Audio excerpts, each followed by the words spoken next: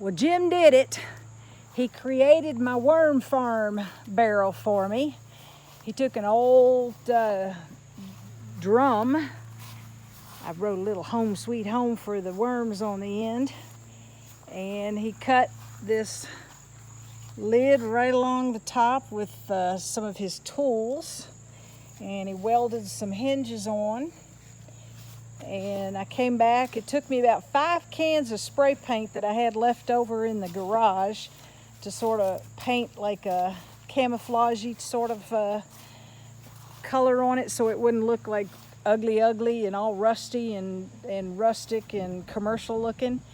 So we now have a worm farm, and if you open up the lid, there's some mesh down at the bottom to keep the mulch and the worms and the dirt up off the bottom. And what we're going to do is put a bung hole right about here and then put a spigot in it, so when all the worm juice and drippings come down to the bottom of the barrel, we'll be able to just have them come out and go down into a jug down below. And that stuff is black gold for the gardener.